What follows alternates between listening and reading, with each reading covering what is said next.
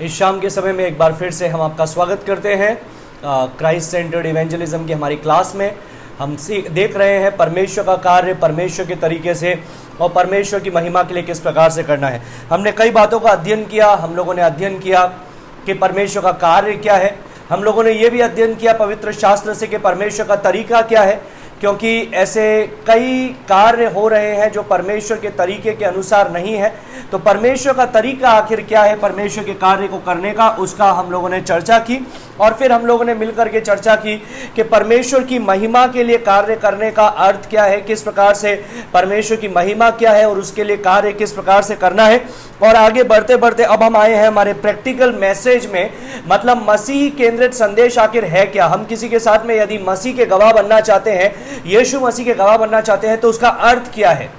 तो मैंने आपको बताया सबसे पहले कि मसीह का गवाह बनने का मतलब है मसीह के कार्य का वर्णन करना, मसीह के व्यक्तित्व का वर्णन करना, मसीह की गवाही का वर्णन करना, मसीह हमारे लिए मारा गया, गाड़ा गया, तीसरे दिन जी उठा, उसके पुनरुत्थान का वर्णन करना, और ये वर्णन करना कि यीशु मसीह के द्वारा उद्धार है। और मनुष्य के बारे में यदि कुछ बताना है तो वो है मनुष्य का अधर्म या मनुष्य का पाप, क्योंकि इसके अलावा मनुष्य में कुछ अच्छा कहने के लिए कुछ है ही नहीं। मनुष्य अपने आप में आत्मधर्मी नहीं है, अपने आप में वो धार्मिकता के पीछे नहीं चल सकता है। इसका हम लोगों ने जायजा किया वचन से, और आज भी हम उनके बारे में चर्चा करने वाले हैं। और फिर मैंने आपको ये भी बताया कि ये भी हमको लोगों को बताना है कि यदि यीशु मसीह के करीब आना है, यदि यीशु मसीह का संतान बनना है, तो अपने शर्तों पे नहीं आ सकते हैं, राजा के शर्तों के अनुसार आना है। और राजा कौन है? किंग जीसस, यीशु मसीह जो हमारा राजा है, उसके आधार पर, उसके शर्तों के आधार पर हमें उसके करीब आना है। और इस बातों का अध्ययन करते करते हम लोगों ने पिछले 2 दिनों के अंदर 2 बिंदुओं का अध्ययन किया। पहला हम लोगों ने अध्ययन किया दैट जीसस इज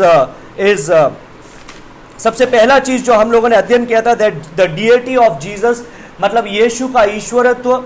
और यीशु के ईश्वरत्व के अंतर्गत हम लोगों ने कई बातों का अध्ययन किया कि यीशु मसीह परमेश्वर का पुत्र है, यीशु मसीह सृष्टि करता है, यीशु मसीह हमारा सृष्टि करता है। हम लोगों ने देखा पुराने नियम में यीशु मसीह को परमेश्वर कहा गया है, नए नियम में यीशु मसीह को प्रभु कहा गया है। यीशु मसीह स्वयं ने अपने आप को प्रभु होने का दावा दिया, साथ में उसके चेलों ने यीशु मसीह को परमेश्वर करके बोला, और ऐसे कई पदों को हम लोगों ने देखा। और फिर हम लोगों ने दूसरे दिन देखा था द प्योरिटी ऑफ जीसस, यीशु की शुद्धता, और उसके अंदर हम लोगों ने यीशु की पवित्रता का वर्णन किया। और फिर मैंने आपको बताया कि क्योंकि यीशु पवित्र है इसलिए 4 बातें होना जरूरी है। और वो 4 बातें क्या क्या थी जो हम लोग कल देखा? क्योंकि यीशु पवित्र है इसलिए वो पाप से घृणा करता है, पहली चीज। दूसरा, क्योंकि यीशु पवित्र है इसलिए पाप का न्याय करता है। तीसरी बात, क्योंकि यीशु पवित्र है इसलिए हमारे अपवित्रता ने हमको परमेश्वर से दूर कर दिया है। और चौथी बात, क्योंकि यीशु मसीह पवित्र है इसलिए वो मांग करता है सिद्ध पवित्रता की उसके उपस्थिति में आने के लिए, जो हमारे पास में नहीं है। आज हम लोग तीसरा बिंदु देखने वाले हैं, which is the sinfulness of man, मनुष्य का पाप। लिख सकते हैं आप लोग, मनुष्य का पाप, the sinfulness of man, that is our conformity. हम लोग पूरी तरह से उस पाप के अंदर पैदा हुए हैं। हम जब माता के गर्भ में थे तब से हम पापी थे। इस विषय में बात करने से पहले आइए हम लोग प्रार्थना करें और हम लोग वचन में जाएंगे, प्रार्थना करेंगे। धन्यवाद देते हैं परमेश्वर पिता इस समय के लिए जो तूने हमारे जीवन में दिया। एक बार फिर से जब हम तेरे सम्मुख आते हैं, हम प्रार्थना करते हैं प्रभु परमेश्वर कि तू हमारी बुद्धि को खोल, हमारे मनों को खोल, अपनी आत्मा का और अपने वचन का प्रकाशन हमारे जीवनों पे उंडेल और होने दे प्रभु कि हम तेरी बढ़ोतरी के अंदर आगे बढ़ने पाए। सारी बात में तेरे नाम को महिमा देते हैं, यीशु के नाम से मांगते हैं, सुनो ग्रहण का पिता, आमीन आमीन आमीन। परमेश्वर आपने से प्रत्येक को आशीष दे। हम लोग देख रहे हैं द सिंफुलनेस ऑफ मैन। इसको स्लोली बताने का कारण क्या है? मैं ये सारे तीनों बिंदु जो अभी तक हम लोगों ने देखा एक ही दिन में आपको बता सकता था, लेकिन इसका स्लो बताने का कारण क्या है कि मैं आपको इनफ टाइम देना चाहता हूं, पर्याप्त समय देना चाहता हूं कि आप वचन में जाएं, इन पदों को बाद में आप पढ़ें और साथ में इनको याद करने की कोशिश करें। Try to memorize these verses. If not all of them, at least some of them. इन पदों को याद करने की कोशिश कीजिएगा. इन पदों को आप एक पेपर पे लिख करके, एक चार्ट पेपर पे हो सकता है या छोटे पेपर पे हो सकता है, लिख करके आप अपने कमरे में या जहां पर भी आप ज्यादातर रहते हैं वहां पर आप लगा दीजिए. अपने मोबाइल में रखिए ताकि बार बार आप उसको देखें और बार बार आप उसका अध्ययन करें ताकि वो आपको याद हो सके. देखिए मेरे प्रियो, परमेश्वर के वचन को याद करना बहुत जरूरी है. भजन संहिता उसका 119 का 9वें पद में लिखा है, एक जवान अपनी जवानी के दिन में किस प्रकार से शुद्ध बने रहे.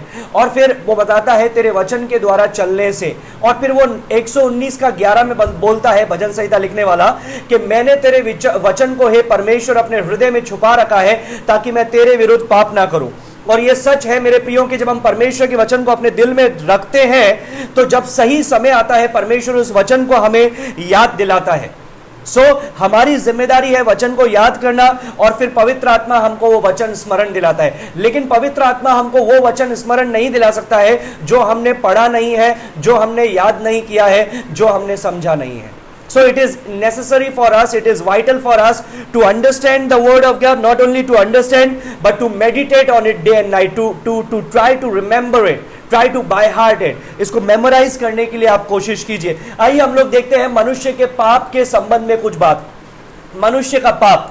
So the first question is what is sin? पाप आखिर है क्या?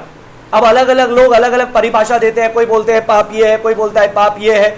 लेकिन आइए वचन में देखते हैं और हम देखने को हमको मिलेगा कि पाप आखिर वचन के अनुसार है क्या. तो first of all the word of God says sin is going your own way. सबसे पहले परमेश्वर का वचन हमको बताता है कि पाप क्या है? अपने मार्ग पर चलना, अपने स्वयं के मार्ग पे चलना पाप है. हमारे समय के अंदर एक बहुत ही फेमस हॉलीवुड का गाना था, it's my life. It's my life, right? It's my life. जो 90s के 80s के लोग हैं वो इस गाने को अच्छे रीति से जानेंगे. 70s के लोग भी इस गाने को जानेंगे. इट्स माई लाइफ बहुत ही फेमस गाना था. It's my life. सो उसका गाने का बोल ही है कि ये मेरा जीवन है. आप कौन होते हो मुझे बताने के लिए कि मैं क्या करूं? Today people are living as they want. जैसा वो चाहते हैं वैसा वो जीवन बिता रहे हैं. आप न्यायों की पुस्तक पढ़ेंगे तो न्यायों की पुस्तक के अंत में आपको न्यायों की पुस्तक में आपको पढ़ने के लिए मिलेगा कि उन दिनों में कोई राजा नहीं था, कोई अगुआ नहीं था, तो सब लोगों ने अपना अपना मार्ग ले लिया और जिसको जो सही लगा उस मार्ग पर वो चल दिया. That is sin actually. That is what the word of God says sin is. Sin is going your own way. और यही हम लोग बाइबल में से पढ़ते हैं. यशायाह 53 का 6 लिख दीजिएगा. पहली बात यशायाह 53 का 6 उसमें लिखा है, All we like sheep have gone astray, we have turned everyone to his own way.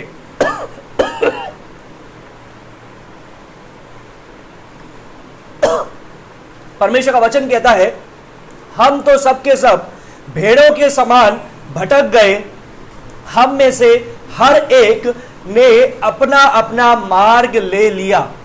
हम भेड़ों के समान भटक गए. अब भेड़ चाल के बारे में एक बात आपको बहुत अच्छी तरह से पता है. एक भेड़ जिस तरफ चल दी सारी भेड़ उसके पीछे पीछे चल देंगी. सारी भेड़ उसके पीछे पीछे चल देगी. Excuse me. एक एक करके सारी भेड़ उसके पीछे पीछे चल देगी और यही होती है भेड़ चाल. और बाइबल हमको बताता है, परमेश्वर का वचन बताता है, हम सब के सब भेड़ों के समान भटक गए. सब ने अपना अपना मार्ग ले लिया. अपने को जो सही लगा वो कार्य लोग करने लगे.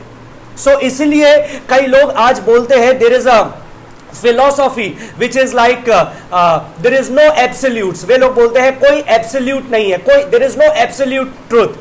Truth always changes. जो सच्चाई है वो हमेशा बदलती है, ऐसा लोग बोलते हैं. क्यों? क्योंकि जो मेरे लिए सच है वो आपके लिए सच नहीं होगा और जो आपके लिए सच है वो मेरे लिए सच नहीं होगा. तो हर एक व्यक्ति के हिसाब से सच्चाई बदलती रहती है. लेकिन हम जब बाइबल को पढ़ते हैं तो हमको जानने के लिए मिलता है no, the truth is absolute. जो सच्चाई है वो एक है और वो सही है और उसको बदला नहीं जा सकता है. इसका उदाहरण मैं आपको इस प्रकार से बताऊंगा कि अगर आप एक ट्रेन में जाते हैं और आपके पास में एक और ट्रेन खड़ी हुई है और अचानक से ट्रेन चलने लगी, तो आप क्या करेंगे? थोड़ी देर के लिए आप जब दूसरी ट्रेन को देखेंगे आप कंफ्यूज हो जाएंगे. आप सोचेंगे कि ये मैं चल रहा हूं कि ये चल रही है. ये वाली ट्रेन चल रही है कि हमारी वाली गाड़ी चल रही है, आपको समझ में नहीं आएगा। लेकिन जब आप किसी ऐसी चीज को देखेंगे जो स्थिर रहती है, फॉर एग्जाम्पल अ ट्री और अ प्लांट और समथिंग विच इज इमूवेबल, जो स्थिर खड़ा रहता है एक ही जगह पर, कोई पोल देख लिया, कोई चीज देख ली जो एक ही जगह पर है, कोई शॉप देख ली जो एक ही जगह पर है, उसको देख करके पता चलता है क्या हम चल रहे हैं या हम खड़े हुए हैं। समझ में आया? तो वैसे ही एक सत्य होना जरूरी है, नहीं तो अगर लोग बोलेंगे there are no absolute, that's why people follow their own way, इसलिए लोग अपना अपना मार्ग ले लेते हैं। वो बोलते हैं जो आपके लिए सही है वो मेरे लिए सही नहीं है, जो मेरे लिए सही है वो आपके लिए सही नहीं है। So I want to give them some biblical description of sin from God's perspective। जिस व्यक्ति को मैं सुसमाचार बांट रहा हूं, मैं चाहता हूं कि परमेश्वर के नजरिए से पाप क्या है यह व्यक्ति इस बात को जान ले। परमेश्वर के नजरिए से पाप क्या है यह व्यक्ति इस बात को जान ले। I want them to see themselves as a condemned sinner in the presence of the holy God। मैं चाहता हूं कि वो अपने आप को देखे कि पवित्र परमेश्वर के सामने वो एक दोषी पापी है, लेकिन मेरे शब्दों के द्वारा नहीं, वचन के द्वारा, वचन के द्वारा। Let him read the word, let him read the scripture. We are a living offence to the holiness and justice of God. परमेश्वर की पवित्रता और न्याय के सामने हम एक जीते जागते अनाज्ञाकारी हैं या उल्लंघन करने वाले हैं। In desperate need of a saviour, deliverer and redeemer. हमको एक उद्धारकर्ता चाहिए, छुटकारा देने वाला चाहिए, एक छुड़ाने वाला चाहिए। Now what is sin? पहला चीज पाप क्या है? Going your own way. Let us get some more description from the Bible. Second thing, पाप है the failure to meet God's perfect standard. Second thing, पाप क्या है? परमेश्वर के आदर्श मानव तक पहुंचने में असफलता। परमेश्वर के आदर्श मानव तक पहुंचने में असफलता, यह है पाप। परमेश्वर के वचन के अनुसार परमेश्वर ने हमको अपने स्वरूप में बनाया, लेकिन हम क्या कर रहे हैं? हम परमेश्वर के स्वरूप से दूर चले गए, हम दूषित हो गए, हम अपने अपने पापों में पड़ गए। तो परमेश्वर के पाप क्या है? परमेश्वर के वो जो पवित्र, जो सिद्ध धार्मिकता है उस तक ना पहुंच पाना, वो कार्य को ना करना, ये है पाप। Let us get some more description from the Bible. तीसरी चीज, the failure to obey God's commandment perfectly. परमेश्वर की व्यवस्थाओं को सिद्धता से पालन करने में असफलता। क्या क्या व्यवस्थाएं हैं? You shall have no other god other than me, before me. मेरे सामने कोई और ईश्वर तुम्हारा नहीं होना चाहिए। मैं इस व्यक्ति को बोलना चाहता हूं, क्या परमेश्वर आपके जीवन का एकमात्र प्रथम स्थान है? Is he the number one person of your life? Has God always been the first place, the top priority in your life? क्या परमेश्वर हमेशा आपके लिए वो प्रथम स्थान बना हुआ है? जो व्यक्ति यीशु को जानता है, जिसने बचपन से सुना है यीशु के बारे में, उसको मैं ये सारी चीजें बता सकता हूं। जिसको नहीं पता है उसको मैं बाकी चीजें बता सकता हूं, पाप के विषय में और परमेश्वर की आज्ञा का उल्लंघन करने के विषय में। परमेश्वर का वचन बोलता है अपने माता पिता का आज्ञा का पालन कर। तो मैं इस व्यक्ति से पूछूंगा, क्या आपने 24 घंटे सप्ताह में 7 दिन, साल में 365 दिन, आज तक हर समय हर हाल में अपने माता पिता का आज्ञा का पालन किया है? Not only in action but also in attitude. सिर्फ कार्य में नहीं लेकिन स्वभाव में भी। परमेश्वर का वचन कहता है यदि गलत नजर से किसी को देखा तो तूने व्यभिचार कर दिया। वासना की नजर से किसी को देखा तो तूने व्यभिचार कर दिया। So I want to ask this person कि आज तक क्या आपने कभी भी ऐसा आपके जीवन में हुआ है? यदि तूने अपने भाई को मूर्ख कहा तो तूने उसकी हत्या कर दी। So I want to ask this person, मैं इस व्यक्ति से पूछना चाहता हूं कि क्या आपने कभी किसी को मूर्ख तक कहा? अगर मैं उसको बोलूंगा हत्या की तो वो बोलेगा नहीं की, लेकिन बाइबल में लिखा है मूर्ख बोला is equal to killing that person. Have you ever told a lie? क्या कभी आपने झूठ बोला है? क्योंकि परमेश्वर का वचन बोलता है झूठों का प्रतिफल आग की झील में है। झूठों का प्रतिफल आग की झील में है। I am going to share all these things. परमेश्वर की उन व्यवस्थाओं को मैं उसको बताऊंगा। And what is sin? Point number d, the failure to love God with all your heart. परमेश्वर को अपने संपूर्ण हृदय से प्रेम करने में असफलता। संपूर्ण हृदय से प्रेम करने में असफलता। If you have not loved God with all of your heart, you have failed and that is sin. अब कई बार पूछेंगे प्रेम, तो लोग बोलते हैं हाँ प्रेम तो करते हैं ना, लेकिन प्रेम करने का तो ऐसा ही है For example, if you love something, you will say, okay, I love this thing, I love this dress, I love this food. No, that is not what love means according to this. तो अपने परमेश्वर से अपने संपूर्ण मन से प्रेम करना. The word love is agape. Agape का मतलब है सेक्रिफिशियल लव, बलिदान का प्रेम, अपने आप को बलिदान करते हुए परमेश्वर के सम्मुख चढ़ा देना. Have you done that? मैं उससे पूछूंगा क्या आपने ऐसा किया? अगर आपने ऐसा नहीं किया तो आपने परमेश्वर के विरुद्ध पाप किया है. So I want to paint some pictures. मैं बाइबल से कुछ तस्वीरों को बताना चाहता हूं, कुछ बातों को बताना चाहता हूं कि पाप आखिर है क्या. और बाइबल कहता है For all have sinned. सब ने पाप किया और परमेश्वर की महिमा से रहित हो गए. बाइबल कहता है सब ने पाप किया और परमेश्वर की महिमा से रहित हो गए. So I want this person to remember, I want him to see himself in the light of the moral law of God. परमेश्वर के नैतिक व्यवस्था के सामने मैं इस व्यक्ति को खड़ा करके दिखाना चाहता हूं. For example, अगर किसी व्यक्ति ने हमारे भारतीय कानून व्यवस्था के अनुसार कुछ जुर्म किया है, वो मुजरिम अगर है, तो उसका जुर्म होगा कि ये किताब के अनुसार इस सेक्शन के अनुसार इसने ये जुर्म किया है और उसकी सजा ये है. तो वैसे ही मैं चाहता हूं कि ये व्यक्ति जो परमेश्वर के सामने गुनहगार है लेकिन अपने आप को गुनहगार करके वो देख नहीं पा रहा है, मैं चाहता हूं परमेश्वर की व्यवस्थाओं को उसके सामने रखूं ताकि वो परमेश्वर के वो स्टैंडर्ड के अनुसार अपने जीवन को तुलना करके देख सके और उसे पता चले कि वो परमेश्वर के सामने पूरी तरह से परमेश्वर की महिमा से रहित है. बाइबल कहता है For whoever shall keep the whole law yet stumble in one point, he is guilty of all. James 2:10.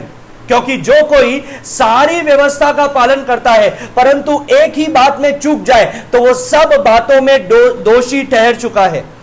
The self righteous people, जो आत्मधर्मी लोग हैं, जो अपने आप को धर्मी समझते हैं अपने कार्य के द्वारा, वे हमेशा ये बोलते हैं नहीं तोला जाएगा, अंत में तोला जाएगा, दो तराजू होंगे, तराजू के दो भाग होंगे और एक तरफ अच्छे काम एक तरफ बुरे काम. अगर बुरे काम भारी है तो नरक में जाएंगे, अच्छे काम भारी है तो स्वर्ग में जाएंगे. लेकिन मैं उस व्यक्ति को बताना चाहता हूं नहीं मेरे प्रियो, ये सही नहीं है. सही ये है कि यदि सारी चीजों को माना, एक चीज अच्छे काम भरे पड़े हैं और एक बुरा काम है, एक तुमने आज्ञा का उल्लंघन कर दिया, तो वो सारे अच्छे कामों पर भारी है वो एक बुरा काम. और मैं उसको उदाहरण किस प्रकार से दूंगा, मैं उसको इस प्रकार से बताऊंगा, चाहे मैं आपके लिए कितना भी अच्छा कर दूं, चाहे मैं आपके लिए कितना भी अच्छा दे दूं, कुछ भी कर दूं, लेकिन अगर मैं आपके साथ में बुरा व्यवहार करके चला गया अंतिम दिन में, तो आपको वो बुरा व्यवहार याद रहेगा, ना कि सारा अच्छा व्यवहार. वो बुरा व्यवहार जल्दी से याद रखेंगे. क्यों? क्योंकि बुराई हजारों अच्छाई पर भारी होती है, एक बुराई. अगर सारी आज्ञा का पालन किया, सारी व्यवस्था का पालन किया, लेकिन एक में चूक गए तो सब कुछ में उन्होंने उसको तोड़ दिया. क्योंकि जो कोई सारी व्यवस्था का पालन करता है परंतु एक ही बात में चूक जाए तो वो सब बातों में दोषी ठहर चुका है. I am going to give you a picture illustration here. यहां पर आप देख सकते हैं एक चेन है, एक जंजीर है. मान लीजिए ये व्यवस्था है, ये this is law. For example, just for instance, ये लॉ है. For example, how many this sections has to break for this person to fall down? ये व्यक्ति नीचे गिरने के लिए कितनी कड़ियां टूटने की जरूरत है? You know the answer. Even if one thing breaks, अगर एक भी कड़ी टूट जाती है तो ये व्यक्ति सीधा नीचे गिर जाएगा. यही कहता है याकूब 2:10 में. सारी आज्ञाओं को पालन किया, एक में चूक गया तो वो सब में चूक गया, वो दोषी ठहर चुका है, वो नीचे गिर चुका है. और परमेश्वर का वचन बोलता है हमने एक एक आज्ञा का उल्लंघन किया है. So I want to ask this person, मैं उस व्यक्ति से पूछना चाहता हूं, क्या आपने अपने जीवन के हर एक दिन में 100%, 100% परमेश्वर की व्यवस्था को 100% पालन किया है? एक में भी नहीं चूके हैं. अगर एक में भी चूके हैं तो सब में चूक चुके हैं. बाइबल कहता है गलातियों 3:10, जो कोई व्यवस्था की पुस्तक में लिखी हुई सब बातों को करने में स्थिर नहीं रहता वो शापित है. सब बातों को करने में वो स्थिर नहीं रहता है, वो शापित है. I want to give this example in this way. आप लोग देख सकते हैं यहां पर ये ये जो निशाना लगाने का जो बोर्ड है वो यहां पर आपको दिखाई देता है।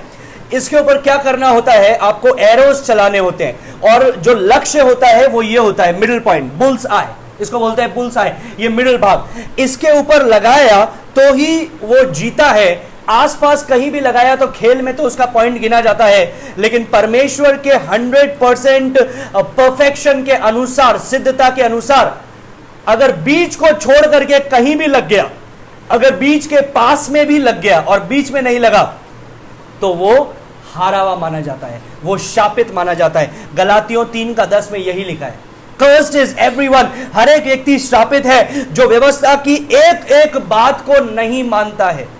तो परमेश्वर के सामने हम सब शापित होकर के खड़े हैं, हम सब शापित होकर के खड़े हैं। व्हाट इज द बाव, वो जो हम तीर कमान मानते हैं, वो कमान क्या है, वो हमारा शरीर है कमान, वो हमारा जीवन है कमान।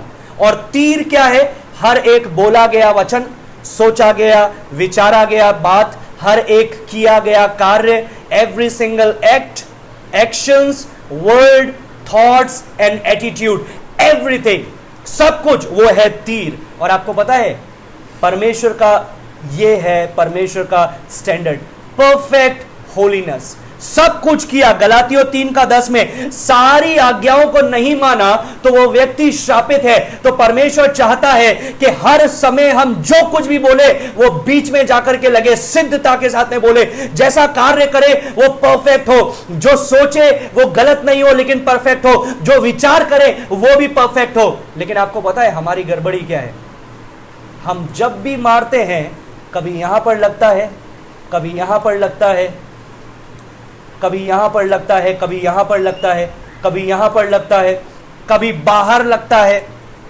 कभी यहां पर लगता है, कभी यहां पर, कभी यहां पर, कभी यहां, कभी यहां।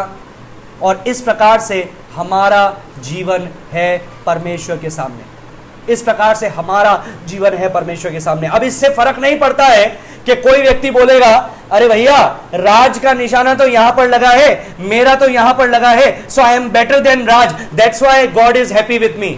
राज का निशाना यहां पर लगा है, मेरा निशाना यहां पर लगा है, मैं राज से अच्छा हूं इसलिए परमेश्वर मेरे से खुश है। नहीं, परमेश्वर जितना प्रकोप परमेश्वर का राज पर है उतना ही प्रकोप इस पर भी है। क्यों? क्योंकि यदि सिद्धता के साथ में पालन नहीं किया तो वो व्यक्ति शापित है, सिद्धता के साथ में पालन नहीं किया तो वो व्यक्ति शापित है। In every thoughts, in every action, in every words, in every motives the arrows are going.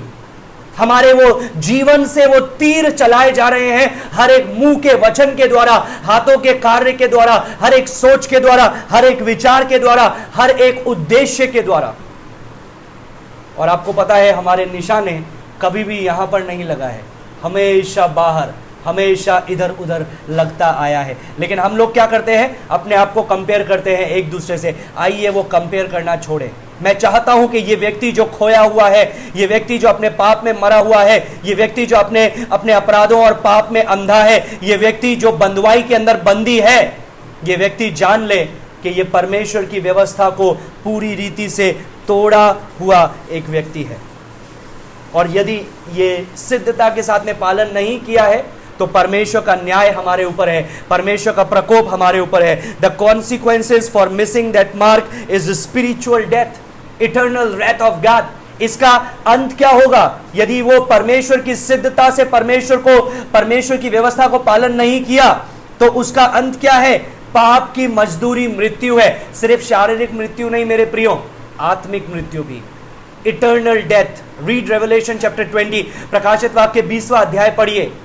वो अंत के दिन में आग की झील में डाला जाएंगे और वो हमेशा के लिए वो आग की झील बनी रहेगी। So the wages of sin is death. पाप की मजदूरी तो मृत्यु है, पाप की मजदूरी तो मृत्यु है।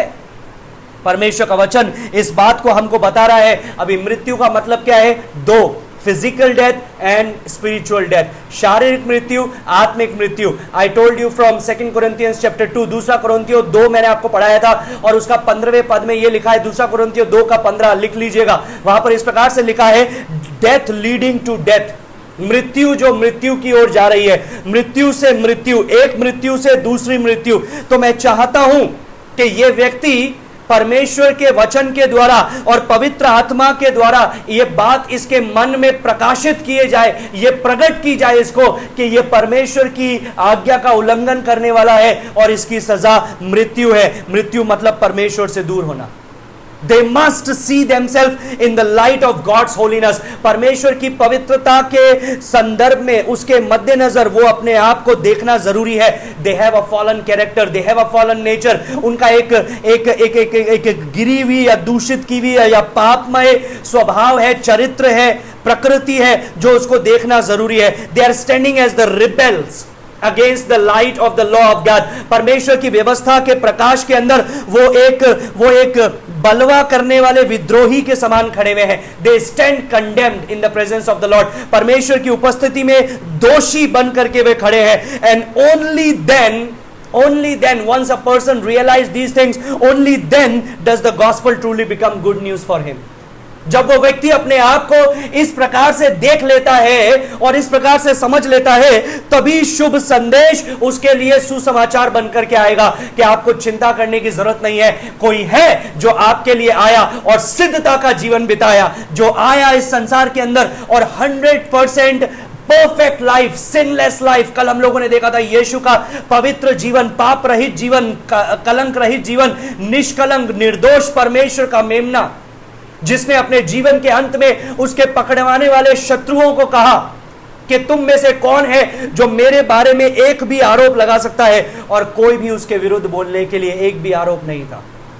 अंत में उन्होंने यही बोला कि यह अपने आप को परमेश्वर का पुत्र कहता है, और यीशु ने कहा हां तू सही कहता है, मैं हूं, because he was, that was not a sin. वो एक पाप नहीं था, वो सही था, वो सही बोल रहा था।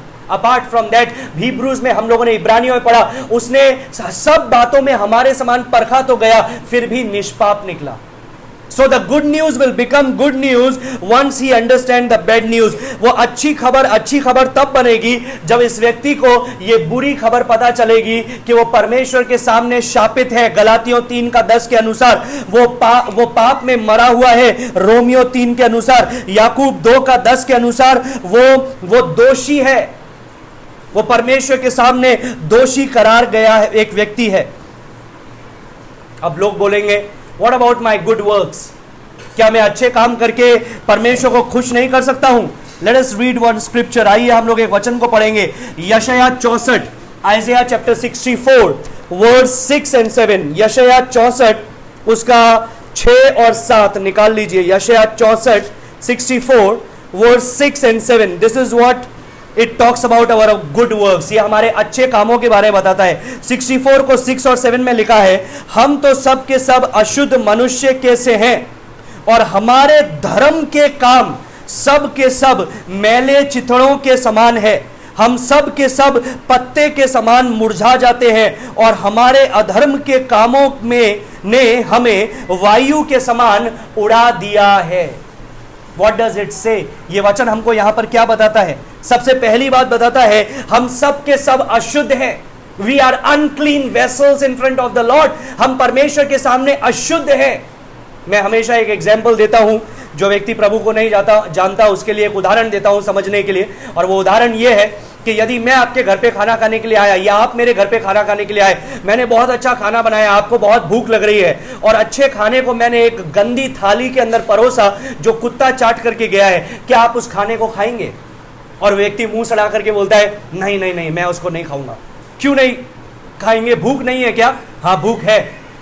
तो क्या खाना अच्छा नहीं है? हाँ खाना अच्छा है। क्या मैंने मेहनत नहीं की? हाँ मेहनत की है। क्या मैं प्यार से परोस नहीं रहा? हाँ परोस रहे हो। क्या मेरा उद्देश्य सही नहीं है आपकी भूख मिटाना? हाँ सही है। तो क्यों नहीं खा रहे हैं भैया? तो वो फिर मुझे उत्तर देता है, सर, भैया, राज, क्योंकि वो जो थाली है वो गंदी है। यही परमेश्वर का वचन बताता है। हम सब के सब अशुद्ध मनुष्य से हैं। हम सब के सब अशुद्ध हैं, अशुद्ध होठ वाले हैं, अशुद्ध दिल वाले हैं, और ऐसे अशुद्ध थाली में जो हमारा शरीर है, हम अच्छे कामों को करके परमेश्वर के सामने रखते हैं। क्या वो उन कार्यों को स्वीकार कर सकता है? जब आप और मैं एक गंदी थाली में भोजन नहीं कर सकते, तो क्या पवित्र परमेश्वर जो शुद्धता से प्रेम रखने वाला है, जो परफेक्ट होली है, सिद्धता से पवित्र है, क्या वो उस थाली में खाना खा सकता है? क्या वो हमारे अच्छे कामों को ग्रहण कर सकता है? तो वो व्यक्ति जल्दी से मुझे बोलता है नहीं कर सकता है। थोड़ी देर पहले वो सोच रहा था मेरे अच्छे कामों से मैं प्रभु को खुश कर दूंगा, मेरे अच्छे कामों से मुझे मुक्ति मिल जाएगी, मेरे अच्छे कामों से मुझे निर्वाणा मिल जाएगा, मेरे अच्छे कामों से मुझे उद्धार मिल जाएगा। लेकिन नहीं मेरे प्रियो, you don't get saved because of your good works, क्योंकि आपके अच्छे काम निकलते हैं आपके अशुद्ध शरीरों के द्वारा। और परमेश्वर का वचन यही बताता है। मैं आपको एक और पद इसी संदर्भ में पढ़ के सुनाना चाहूंगा। भजन संहिता उसका 51 और उसका 5वां पद, भजन संहिता 51 का 5 लिख दीजिएगा। वहां पर ऐसा लिखा है, देख मैं अधर्म के साथ उत्पन्न हुआ और पाप के साथ अपनी माता के गर्भ में पड़ा। अधर्म के साथ उत्पन्न हुआ, पाप के साथ अपनी माता के गर्भ में पड़ा। So right at the conception we are sinful. वो कंसेप्शन के समय से ही हम पापी है। क्यों? अगर मम्मी को डायबिटीज है, पापा को डायबिटीज है, मम्मी के खानदान में हर एक व्यक्ति को डायबिटीज है, पापा के खानदान में हर एक व्यक्ति को डायबिटीज है, तो यह लाजमी है कि बच्चे को भी डायबिटीज होगी। ऑलमोस्ट इन एवरी केसेस बच्चे को भी डायबिटीज होगी। लेकिन यह कभी कभी हो सकता है नहीं भी हो। I don't know the medical chances for that. कभी कभी हो सकता है नहीं भी हो। लेकिन परमेश्वर का वचन बोलता है एक पापी दूसरा पापी वो उत्पन्न करता है तीसरा पापी। मैंने आपको पढ़ करके बताया था कल, जहां पर हम लोगों ने पढ़ा था उत्पत्ति की पुस्तक में, आपको फिर से निकाल करके बताऊंगा। 1:26, उत्पत्ति 1:26 में परमेश्वर का वचन हमारे को कहता है, वहां पर ऐसा लिखा है, फिर परमेश्वर ने कहा हम मनुष्य को अपने स्वरूप के अनुसार और अपनी समानता में बनाएं। वे समुद्र की मछलियों और आकाश के पक्षियों और घरेलू पशुओं और सारी पृथ्वी पर और सब रेंगने वाले जंतुओं पर जो पृथ्वी पर रेंगते हैं अधिकार रखें। तो परमेश्वर ने मनुष्य को अपने स्वरूप में अपनी समानता में बनाया। लेकिन जब मनुष्य पाप में पड़ गया तो वहीं उत्पत्ति 5:3 में लिखा है, जब आदम 130 वर्ष का हुआ तब उसके द्वारा उसकी समानता में और उसी के स्वरूप के अनुसार एक पुत्र उत्पन्न हुआ और उसका नाम शेत रखा गया। अब क्या हो रहा है? परमेश्वर ने अपनी समानता में बनाया, लेकिन जब मनुष्य पाप में पड़ गया तो क्या हुआ? उसने उसके द्वारा जो मनुष्य आ रहे हैं संसार के अंदर वो पापी हैं। वो पापी है, वो आत्मिक रीति से मरे हुए हैं, वो आत्मिक रीति से अंधकार में है, वो आत्मिक रीति से बंधनों में जकड़े हुए हैं। इसलिए हमको नया जन्म चाहिए। इसलिए परमेश्वर ने निकोदिमस को बोला कि पहले जन्म से तो तू परमेश्वर के राज्य को देख भी नहीं सकता है, समझ भी नहीं सकता है, प्रवेश भी नहीं कर सकता है। तुझे चाहिए कि तू नया जन्म ले, नया जन्म ले, नया जन्म परमेश्वर के राज्य में। पहले जन्म मनुष्य के द्वारा, शरीर के द्वारा, मांस के द्वारा इस संसार में आया। दूसरा जन्म आत्मा के द्वारा। यीशु मसीह ने निकोदिमस को कहा, जो शरीर से जन्मा है वो शरीर है, जो आत्मा से जन्मा है वो आत्मा है, वो आत्मा है। तो परमेश्वर का वचन हमें बताता है पहली चीज हम अशुद्ध मनुष्य हैं। वापस से आएंगे यशायाह 64:6 में, और दूसरी बात लिखी हुई है, और हमारे धर्म के काम सब के सब मैले चिथड़ों के समान है।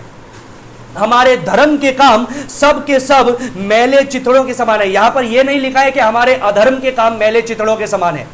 ये बता रहा है हमारे धर्म के काम, हमारे अच्छे काम मैले चितड़ों के समान है। और ये मैला चितड़ा जो शब्द है हिब्रू भाषा में, जो पुराना नियम जिस भाषा में लिखा गया है, वो शब्द क्या है आपको पता है? वो शब्द है जब एक कोढ़ी व्यक्ति अपने कोढ़, जो उसका स्किन, जो उसकी चमड़ी सड़ रही है, उसमें कीड़े लग रहे हैं, उसमें से पस निकल रहा है, उसको क्या करता है? वो उसको कपड़े से ढक देता है ताकि कुत्ते आकर के नहीं चाटे, मक्खी आकर के नहीं बैठे और कीड़े नहीं पड़े। उसको ढक देता है वो। और वो क्या होता है?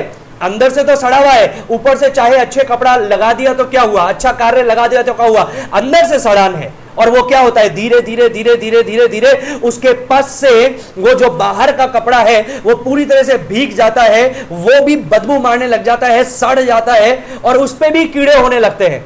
फिर वो क्या करता है? उसको निकाल करके फेंक देता है, फिर दूसरे कपड़े को, साफ कपड़े को लगाता है। जब तक अंदर से चंगाई नहीं हुआ, बाहर से कितने कपड़े बदल लो कोई फायदा नहीं है। और जो उसका फेंका गया कपड़ा है, जो उसने फेंक दिया, वो है मैला चिथड़ा, जो यहां पर लिखा गया है। तो हमारे धर्म के काम परमेश्वर के सामने उस कोढ़ी व्यक्ति के मैले चिथड़े के समान है, उस गंदे चिथड़े के समान है हमारे धर्म के काम। क्यों मेरे प्रियो? हम कभी कभी सोचते हैं नहीं नहीं नहीं, हमारे धर्म के काम परमेश्वर के सामने बहुत अच्छे हैं। क्यों? क्योंकि हमारी नजर में उसकी पवित्रता है ही नहीं। हमारी नजर में वो हमारे समान है। We have made him in our own imagination. हमने अपने खुद के कल्पना से परमेश्वर को बना दिया और हम लोग बोलते हैं नहीं नहीं नहीं, हमारे पाप को परमेश्वर को फर्क नहीं पड़ता है, मैं करूंगा तो कुछ फर्क नहीं पड़ता है।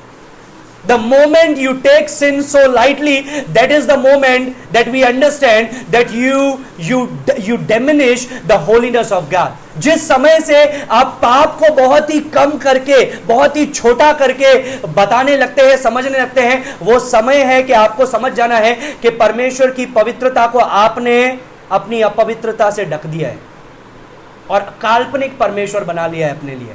ऐसा परमेश्वर जो हमारे समान है, हमको फर्क नहीं पड़ता है, पाप कर दिया क्या हुआ, सबका पाप करते हैं। We take it so lightly. हम बोलते हैं इसमें क्या बात है भाई, आपके जीवन में भी है, मेरे जीवन में भी है, तो हमने परमेश्वर को अपनी कल्पना के अनुसार बना दिया। लेकिन मैं चाहता हूं कि जब हम परमेश्वर को उसकी पवित्रता में देखेंगे, उसके वचन के अनुसार देखेंगे, तब हम जानेंगे कि हम कितने दोषी हैं। तो यहां पर लिखा है सबसे पहले हम अशुद्ध मनुष्य हैं, मतलब हम अंदर से गंदे हैं। दूसरी बात लिखी है हमारे जो शुद्ध काम है, हमारे जो धर्म के काम है, वो मैले चिथड़ों के समान है। और तीसरी चीज लिखी है हम सब के सब पत्ते के समान मुरझा जाते हैं। पत्ते के समान मुरझा जाने का मतलब क्या है? पत्ता कब मुरझाता है? जब वो पेड़ से अलग हो गया है, वो पत्ता मुरझाने लगता है। पेड़ से उसका संपर्क कट गया है, वो पत्ता मुरझाने लगता है। और एक मुरझाया हुआ पत्ता क्या होता है? सूखा हुआ पत्ता कैसा होता है? वो हवा से इधर से उधर बहाया जाता है। ऐसे ही हमारा जीवन भी था। इसने बोला ये करो, वो करने लग गए। इसने बोला ये करो तो शांति मिलेगी, वो करने लग गए। उस व्यक्ति ने बोला उधर जाओ तो शांति मिलेगी, उधर चले गए। इस व्यक्ति ने बोला कि इधर जाओ तो शांति मिलेगी, उधर चले गए। ऐसा करो तो शांति मिलेगी, उधर वो करने लगे। ऐसा काम करोगे तो मुक्ति मिल जाएगी, वो कार्य करने लग गए। पत्ते के समान उड़ाए जा रहे हैं, वायु से इधर उधर उड़ाए जा रहे हैं। 7वां पद कहता है कोई भी तुझसे प्रार्थना नहीं करता, मतलब कोई सच्चे परमेश्वर को सामने आता नहीं है, प्रार्थना नहीं करता। ना कोई तुझसे सहायता लेने के लिए चौकसी करता है कि वे तुझसे लिपटे रहें, क्योंकि हमारे अधर्म के कामों के कारण तूने हम सब से अपना मुंह छिपा लिया है और हमें हमारी बुराइयों के वश में छोड़ दिया है। परमेश्वर का वचन यहां पर यह नहीं बता रहा है, इसको गलत ना समझे, ये नहीं बता रहा है कि जब हम मन फिराएंगे और उस पर विश्वास करेंगे तो अपना मुंह छिपा लेगा। वो बता रहा है जब हम अपने पापों में हैं तो हम परमेश्वर से अलग हैं, जब अपने बुराइयों में हैं तो हम परमेश्वर से अलग हैं। यहां तक कि मैं आपको बताना चाहूंगा, यशायाह 6 अध्याय निकालेंगे, इसके साथ में मैं आज का शाम का अंत करूंगा। यशायाह 6 और उसका पहला पद मैं आपको बताना चाहता हूं। यहां पर जो यशायाह भविष्यवक्ता है, इसको दर्शन प्राप्त हो रहा है परमेश्वर के मंदिर में। ये परमेश्वर को सिंहासन पे विराजमान देख रहा है। और ये हालांकि यशायाह 6 में जो ये दर्शन है ये 6 अध्याय में लिखा है, लेकिन एक्चुअली में ये 6 अध्याय में हुआ हुआ दर्शन नहीं है। ये यशायाह नबी के जीवन के या सेवकाई के शुरुआत में मिला गया एक दर्शन है। तो एक्चुअली इसको पहला अध्याय होना चाहिए, लेकिन कुछ कारणों के वजह इसको 6 अध्याय में रखा गया है। तो यहां पर ऐसा बता रहा है उसने परमेश्वर को ऊंचे पर विराजमान देखा, सिंहासन पे विराजमान देखा, और उससे ऊंचे पर सराप दिखाई दिए। दूसरे पद में लिखा है 6:2 में यशायाह में, उनके 6 पंख थे, 2 पंखों से अपने मुंह को ढांपे थे, 2 पंखों से अपने पांव को, और 2 पंखों से उड़ रहे थे। वे एक दूसरे से पुकार पुकार कर कह रहे थे, सेनाओं का यहोवा पवित्र पवित्र पवित्र है। सेनाओं का यहोवा खादोश खादोश खादोश। अगर परमेश्वर को एक शब्द में अगर आप बताना चाहते हैं व्हाट इज गॉड लाइक, परमेश्वर कैसा है, तो वो एक शब्द होगा, प्रेम तो है ही, लेकिन वो एक शब्द होगा पवित्रता। क्योंकि उसका प्रेम भी जो है उसके पवित्रता के साथ में है, उसका न्याय भी जो है उसके पवित्रता के अनुसार है। परमेश्वर की पवित्रता जो है वो सर्वोपरि है। और यहां पर वो बोलता है सारी पृथ्वी उसके तेज से भरपूर है, और पुकारने वाले के शब्द से डेवड़ियों की नींव डोल उठी और भवन धुएं से भर गया। तब मैंने कहा, ये कौन कह रहा है भाइयों बहनों?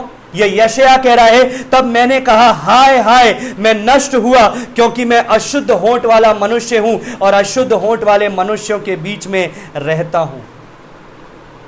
he understood when he saw the holiness of God, he understood his own sinfulness. जब उस व्यक्ति ने, यशायाह ने परमेश्वर के पवित्रता का दर्शन किया तो उसको उसकी अपवित्रता का ज्ञान हो गया। तो मेरे प्रियो, परमेश्वर की पवित्रता को बताना जरूरी है और उसके पश्चात हमारी अपवित्रता को हम देख सकते हैं। परमेश्वर इन वचनों के द्वारा हम में से प्रत्येक को आशीष दे। कल हम लोग गुड न्यूज देखने वाले हैं, and that is salvation in Christ alone, the salvation of Jesus, Jesus the only saviour of sinners. यीशु मसीह पापियों का एकमात्र उद्धार करता। इस वचन को कल हम लोग देखेंगे। आप तैयारी के साथ में आइए। कल शाम को इसी समय 8 बजे हम लोग मिलेंगे और हम लोग इसका अध्ययन करेंगे। नेक्स्ट फ्राइडे को हम लोग ब्रदर एड के साथ में जूम पे क्लासेस करेंगे। जब तक हम लोग वचन से देखते रहेंगे, ये सारी बातों को जब हम समाप्त कर देंगे तो फ्राइडे को हम लोग उनके साथ में क्लास लेंगे। और यदि आपको कुछ डाउट हो तो आप पूछ सकते हैं और मैं वो मिल करके आपको जवाब देंगे। आइए हम लोग प्रार्थना करें, परमेश्वर का धन्यवाद दें कि हम जो एक समय इस प्रकार का जीवन हमारा है परमेश्वर के वचन के अनुसार, परमेश्वर ने हमको धर्मी ठहराया यीशु मसीह के द्वारा, उसको हम लोग आने वाले समय में कल देखेंगे। आइए हम लोग प्रार्थना करते हैं। धन्यवाद देते हैं परमेश्वर पिता इस समय के लिए जो तूने हमारे जीवन में दिया। एक बार फिर से जब हम तेरे सम्मुख इकट्ठे हुए, धन्यवाद देते हैं तेरे वचन के ज्ञान से तूने हम में से प्रत्येक को प्रकाशित किया। हम प्रार्थना करते हैं प्रभु कि हम तेरे पवित्रता को सही मायने में समझ सकें। पूरी तरह से तो हम कभी नहीं समझ पाएंगे, लेकिन परमेश्वर तेरे वचन का प्रकाशन के अनुसार सही मायने में तेरा वचन के अनुसार तेरी पवित्रता आखिर क्या है, उन बातों को समझ सके और फिर अपने जीवन के पाप को देख सके और मनुष्य के पाप को देख सके। होने दे परमेश्वर कि हम अपने पाप को कम करके ना आके, हम अपने पाप को छोटा करके ना आके, हम ये ना सोचे कि ये कुछ नहीं है, ये गलतियां हैं, ये गुनाह नहीं, ये गलतियां हैं। परमेश्वर हमको मदद कर ताकि हम पाप को उसी रीति से देखें जिस प्रकार से तूने देखा। परमेश्वर हम प्रार्थना करते हैं कि यीशु मसीह जो हमारे लिए पाप ठहरा और उसने कहा हे पिता तूने मुझे क्यों छोड़ दिया, एली एली लमा सबक्तनी, जिसका अर्थ है कि क्योंकि वो मनुष्य के लिए पाप ठहरा इसलिए परमेश्वर ने उससे मुंह मोड़ लिया। परमेश्वर हम पाप को वैसा ही देखें जैसा तूने देखा। परमेश्वर हमको मदद कर ताकि तेरे पवित्रता को हम समझ सके, अपने जीवन के पाप को हम समझ सके। परमेश्वर सारी बातों में हमको ये समझाने के लिए तेरा धन्यवाद देते हैं। सारी चीज़ों में तेरे नाम को महिमा देते हैं। जब तक हम कल नहीं मिलते, हम में से प्रत्येक के साथ में तेरी उपस्थिति बनी रहने पाए। यीशु के नाम से मांगते हैं, सुन और ग्रहण कर पिता। आमीन आमीन आमीन। परमेश्वर आप में से प्रत्येक को आशीष दे। May God bless you. Thank you.